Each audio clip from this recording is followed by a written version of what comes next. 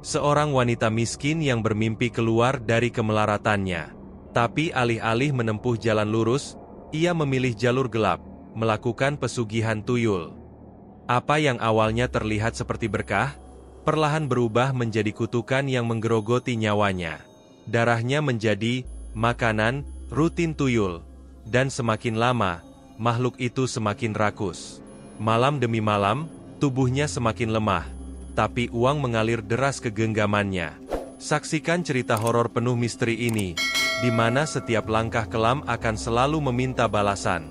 Simak cerita selengkapnya di Ada Horor. Awas jangan nonton sendirian. Di sebuah desa kecil di Jawa Tengah, hiduplah seorang wanita muda bernama Sandrina. Wajahnya cantik, dengan kulit sawo matang, khas perempuan Jawa, dan mata yang menyimpan sejuta harapan. Namun di balik kecantikannya, Sandrina menjalani kehidupan yang penuh kesulitan. Sejak kecil dia sudah terbiasa hidup dalam kemiskinan. Orang tuanya telah meninggal dunia, meninggalkan Sandrina seorang diri di rumah kayu tua yang hampir roboh untuk bertahan hidup.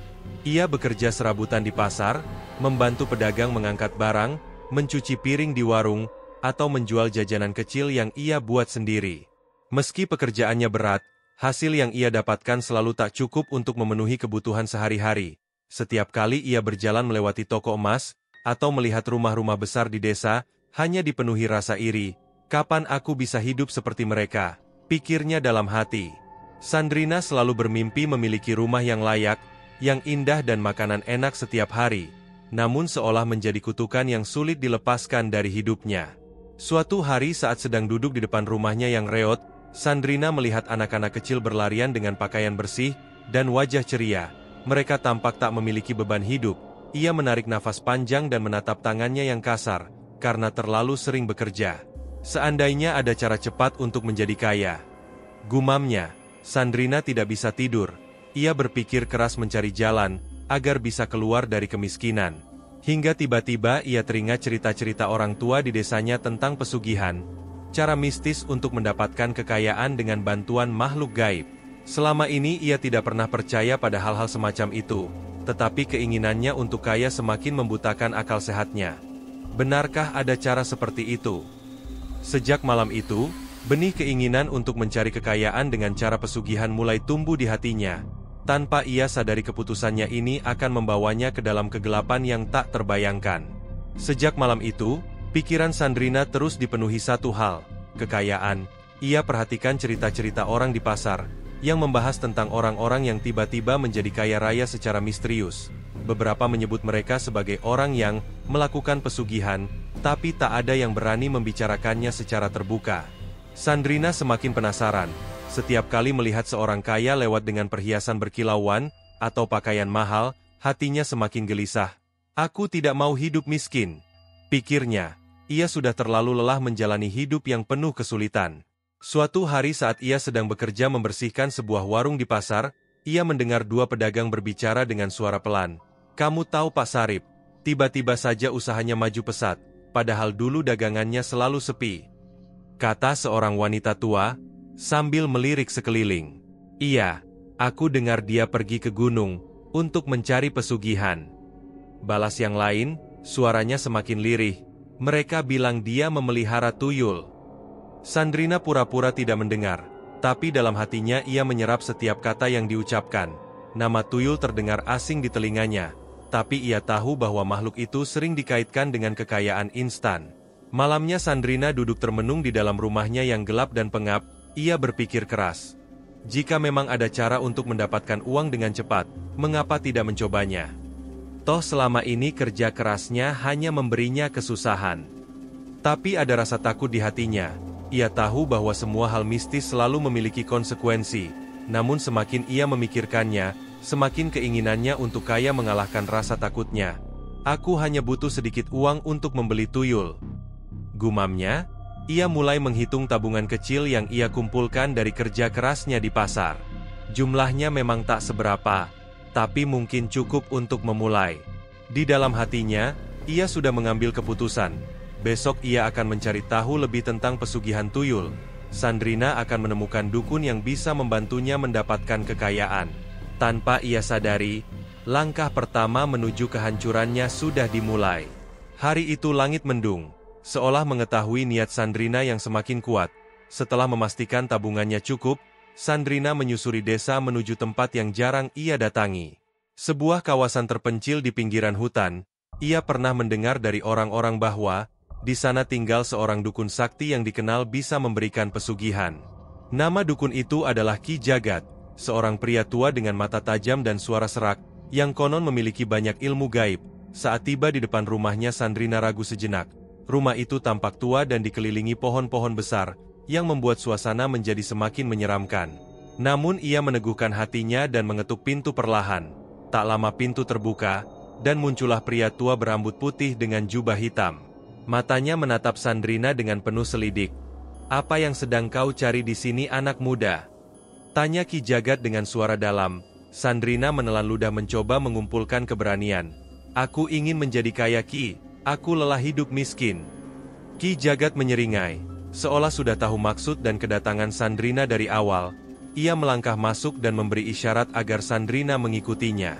Di dalam rumah yang remang-remang, bau dupa memenuhi udara. Banyak benda-benda aneh berserakan, termasuk patung kecil, kain hitam dan beberapa botol berisi cairan merah. "Kau sudah siap menerima konsekuensinya?" tanya Ki Jagat. Suaranya terdengar misterius. Sandrina mengangguk mantap. "Apapun itu aku siap." Ki Jagat tertawa kecil, lalu mengambil sebuah botol kaca kecil, berisi makhluk mungil dengan mata merah menyala. "Itu adalah tuyul, ini yang kau inginkan," katanya. "Tuyul ini akan membantumu mendapatkan uang sebanyak yang kau mau. Tapi ingat, ada syarat yang harus kau penuhi." Sandrina menelan ludah. "Syarat apa, Ki?" Ki Jagat mendekatkan wajahnya. "Setiap bulan kau harus membeli tumbal. Tuyul ini butuh darah untuk tetap patuh padamu. Jika kau tidak memberinya, maka ia akan balik mencelakaimu." Sandrina terdiam, tapi pikirannya sudah dipenuhi oleh impian akan kekayaan. Tanpa ragu ia menyerahkan semua uang tabungannya kepada Ki Jagat sebagai pembayaran. Sebelum ia pergi, Ki Jagat berpesan, "Ingat, jangan sekali-kali melanggar perjanjiannya. Kau bisa kaya, tapi harga yang harus dibayar juga mahal." Sandrina menggenggam botol berisi tuyul itu erat-erat. Ia tak peduli lagi pada peringatan Ki Jagat. Dalam pikirannya ia hanya membayangkan kehidupan mewah yang sebentar lagi akan ia miliki. Ia tak sadar bahwa ia baru saja menukar hidupnya dengan sesuatu yang jauh lebih mengerikan daripada kemiskinan. Setelah membawa pulang botol berisi tuyul itu, Sandrina merasa perasaannya campur aduk, antara takut dan bersemangat. Ia mengikuti petunjuk Ki Jagat dengan hati-hati, menyiapkan sesajen, membakar dupa, dan membisikkan mantra yang diajarkan kepadanya. Saat tengah malam tiba, botol itu bergetar, dan perlahan-lahan sosok kecil berkulit pucat dengan mata merah menyala, muncul di hadapannya. Tuyul itu menatapnya dengan ekspresi kosong, lalu menunduk seolah menunggu perintah. Sandrina mengambil secari kertas, dan menuliskan alamat rumah-rumah orang kaya di desa. "Ambilkan uang dari sini," bisiknya. Tuyul itu menghilang dalam sekejap, meninggalkan Sandrina dalam kegelisahan. Pagi harinya Sandrina terkejut, mendapati setumpuk uang berserakan di lantai rumahnya. Jumlahnya lebih banyak dari yang pernah ia lihat seumur hidup. Ia segera mengumpulkannya dengan tangan gemetar, tak percaya bahwa ia kini benar-benar memiliki kekayaan yang selama ini ia impikan. Hari demi hari berlalu dan Sandrina semakin kaya. Ia membeli perhiasan emas, pakaian mahal, dan bahkan merenovasi rumahnya menjadi lebih besar dan megah. Orang-orang di desa mulai memperhatikannya, bertanya-tanya, dari mana ia mendapatkan uang sebanyak itu. Sandrina sekarang hidup seperti nyonya besar, gumam seorang tetangga dengan nada iri. Namun Sandrina hanya tersenyum puas. Ia sudah terbebas dari kemiskinan yang selama ini membelenggunya. Tuyul itu bekerja setiap malam, membawa uang dari berbagai tempat, tanpa ada yang curiga. Tapi di balik semua kemewahan itu, ada sesuatu yang mengganjal. Setiap kali Sandrina menatap mata tuyulnya, ia merasa ada sesuatu yang aneh. Makhluk kecil itu tidak pernah berbicara, tapi tatapannya terasa semakin tajam. Selain itu, Sandrina juga mulai merasakan perubahan pada dirinya sendiri. Setiap minggu, ia harus menjalankan syarat yang diberikan Ki Jagat, memberikan darahnya untuk tuyul itu. jarinya dan membiarkan beberapa tetes darah menetes ke dalam wadah kecil. Namun semakin lama permintaan tuyul itu bertambah, jumlah darah yang harus ia berikan semakin banyak. Tubuhnya mulai terasa lemah, wajahnya pucat, dan lingkaran hitam mulai muncul di bawah matanya. Tapi Sandrina menepis kekhawatiran itu. Ini hanya harga kecil yang harus kubayar untuk kekayaan. Pikirnya, ia tak menyadari bahwa ini baru awal dari penderitaan yang lebih besar. Kekayaan terus mengalir ke tangan Sandrina. Setiap malam tuyulnya pergi dan kembali dengan uang jumlah besar. Ia sudah tidak lagi bekerja di pasar, tidak lagi mengkhawatirkan makanan atau pakaian. Rumahnya semakin megah, perhiasannya semakin banyak, dan ia mulai menikmati kemewahan. Kehidupan yang dulu hanya terbesit dalam mimpinya. Namun di balik semua itu ada harga yang harus ia bayar. Awalnya memberi darah pada tuyul terasa seperti hal sepele. Ia hanya perlu meneteskan darah setiap minggu. Tapi lambat laun permintaan tuyul itu meningkat. Luka kecil di jarinya tak lagi cukup. Ia harus menyayat lengannya, membiarkan darahnya mengalir lebih banyak. Sandrina mulai merasa lemah. Setiap kali memberikan darahnya, tubuhnya terasa semakin lemas. Wajahnya yang dulu berseri kini tampak pucat, matanya cekung, dan tubuhnya semakin kurus. Orang-orang di desa mulai memperhatikan perubahan itu. "Kamu sakit, Sandrina?" tanya seorang tetangga suatu hari. Sandrina hanya tersenyum tipis. "Aku baik-baik saja," jawabnya singkat berusaha menutupi keadaannya. Namun di dalam hatinya ia tahu bahwa ada yang tidak beres. Tuyulnya semakin sering menatapnya, dengan mata merah yang lebih tajam daripada biasanya. Pada esoknya ia merasa seolah makhluk kecil itu mengawasinya. Bahkan saat ia tidur, suara bisikan aneh mulai terdengar di rumahnya saat ia tidur. Malam tiba, ia tak tahu apakah itu hanya imajinasinya, atau memang ada sesuatu yang lebih gelap yang sedang terjadi. Suatu malam ketika ia tidur, Sandrina merasa tubuhnya begitu lemah. Ia menatap wajahnya di cermin, pucat, lelah, hampir tak dikenali. Tiba-tiba ia menyadari sesuatu yang mengerikan. Ia telah kehilangan terlalu banyak darah. Ketakutan mulai menyergapnya. "Aku harus berhenti," gumamnya pada dirinya sendiri. Tapi apakah bisa begitu saja menghentikan semuanya? Ia telah membuat perjanjian, dan ia tahu konsekuensi melanggar perjanjian dengan makhluk gaib tidaklah ringan. Sandrina mulai menyadari bahwa kekayaan yang ia dapatkan bukanlah anugerah, melainkan kutukan yang perlahan-lahan menghabisi hidupnya. Namun ia sudah terjebak terlalu dalam, dan sesuatu di dalam rumahnya mulai menuntut lebih banyak darinya. Sandrina semakin terpuruk.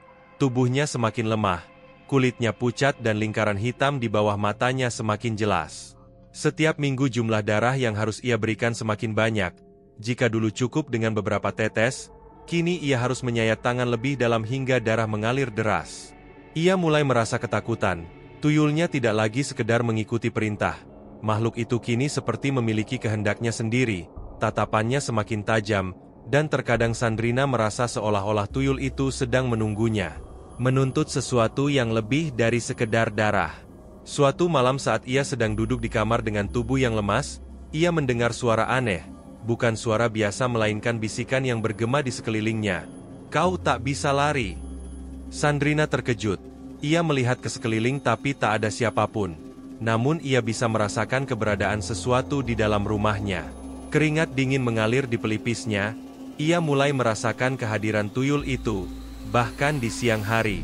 Terkadang ia mendengar suara langkah kecil berlarian di dalam rumahnya. Meski ia tahu bahwa ia hanya tinggal seorang diri. Ia hidup dengan perasaan cemas, takut bahwa sesuatu akan terjadi. Mimpi buruk mulai menghantuinya. Mimpi tentang dirinya yang terkunci dalam kegelapan. Tubuhnya kering tanpa darah, sementara sepasang mata merah menatapnya dengan kelaparan. Ia ingin berhenti.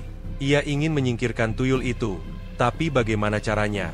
Ia tak tahu cara membebaskan diri dari ikatan perjanjian ini. Ia mencoba mengabaikan rasa takutnya dan tetap menjalani hidupnya seperti biasa. Tetapi setiap kali ia melihat bayangan kecil bergerak di sudut ruangan, ia tahu bahwa semuanya sudah terlambat. Tuyul itu semakin kuat dan Sandrina semakin lemah. Malam itu tubuh Sandrina terasa semakin lemah dari sebelumnya. Ia hampir tak bisa berdiri, pandangannya kabur, kepalanya pusing, dan keringat dingin mengalir deras di pelipisnya. Bahwa dia sudah kehilangan terlalu banyak darah. Di hadapannya tuyul itu berdiri, dia menatapnya dengan mata merah menyala. Sandrina merasakan hawa dingin menjalar ke seluruh tubuhnya, ia tahu makhluk itu menuntutnya lagi. "Tidak!" bisiknya, dengan suara hampir tak terdengar, tapi tuyul itu tidak peduli. Tangan Sandrina yang gemetar saat ia mengambil pisau kecil di meja. Ia tahu bahwa jika ia tidak memberi darah malam ini, sesuatu yang lebih buruk mungkin akan terjadi. Dengan sisa tenaga yang ada, ia menyayat lengannya lagi, membiarkan darah menetes ke dalam mangkuk kecil di hadapannya. Namun kali ini berbeda, begitu darahnya jatuh. Sandrina merasakan sesuatu yang aneh. Tubuhnya semakin lemas, matanya berkunang-kunang, dan dadanya terasa sesak. Ia mencoba berdiri, tetapi kakinya goyah, nafasnya tersengal, dan ia menyadari sesuatu yang mengerikan. Ia kehilangan terlalu banyak darah. Ia mencoba meraih kursi untuk menahan tubuhnya tapi gagal. Dalam sekejap tubuhnya ambruk ke lantai. Sandrina menatap langit-langit rumahnya dengan pandangan kosong. Jantungnya berdebar semakin lemah, dan kesadarannya perlahan mulai menghilang. Di sudut ruangan, tuyul itu masih berdiri, dia menatapnya tanpa ekspresi. Tidak ada belas kasihan di matanya, hanya kehampaan sebelum segalanya menjadi gelap. Sandrina yang menyadari satu hal yang selama ini ia abaikan, ia tidak pernah memiliki tuyul itu. Sebaliknya tuyul itulah yang memiliki dirinya, dan sudah berakhir. Pagi itu penduduk desa gempar, rumah megah milik Sandrina, yang dulu dipenuhi kemewahan kini sunyi dan mencekam. Seorang tetangga yang curiga karena Sandrina tidak pernah keluar rumah beberapa hari terakhir, memutuskan untuk mengetuk pintu. Tidak ada jawaban. Setelah beberapa warga berkumpul dan memberanikan diri masuk, mereka dikejutkan oleh pemandangan yang mengerikan. Sandrina ditemukan tergeletak tak bernyawa di lantai. Tubuhnya kurus kering dan pucat seperti mayat yang telah lama kehabisan darah. Di sekelilingnya lantai dipenuhi bekas tetesan darah yang telah mengering. Wajahnya membeku dalam ekspresi ketakutan, seolah-olah ia meninggal dalam penderitaan yang luar biasa. Tak ada yang tahu pasti apa yang terjadi. Desas-desus mulai menyebar di desa. Ada yang mengatakan, Sandrina yang jatuh sakit karena keserakahan. Ada pula yang percaya bahwa ia telah melakukan pesugihan, dan akhirnya harus membayar harga yang terlalu mahal. Namun satu hal yang pasti, rumah besar yang dulu menjadi lambang kekayaan Sandrina, kini berubah menjadi tempat yang angker. Malam-malam berikutnya beberapa warga mengaku melihat bayangan kecil berlarian di dalam rumah kosong itu. Kadang terdengar suara langkah-langkah kecil, bisikan samar, dan sesekali suara tawa lirih yang membuat bulu kuduk merinding. Tak ada yang berani mendekat lagi. Rumah itu dibiarkan kosong, perlahan tertutup debu dan ilalang. Kisah Sandrina menjadi pelajaran semua orang di desa. Kekayaan instan selalu datang dengan harga yang harus dibayar mahal, dan seringkali harga itu jauh lebih besar daripada yang bisa ditanggung oleh manusia. Sandrina telah mendapatkan apa yang ia inginkan, tapi ia tidak menduga akan kehilangan segalanya termasuk nyawanya sendiri. Tamat.